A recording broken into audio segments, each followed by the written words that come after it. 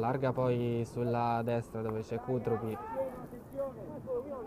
sempre Kutrupi, un altro uomo sulla destra servito adesso in bucata centrale e poi gran risposta di Egizi su questo tentativo di Pomella. Arriva il fischio dell'arbitro, sul dischetto c'è Kutrupi che spiazza Egizi, è il vantaggio del Peperino Calcio 8. Christian Kutrupi è il 7° gol in campionato per lui, il primo di questa partita per il Peperino Calcio 8, 1-0. Vrapi, scende lui da Borneti,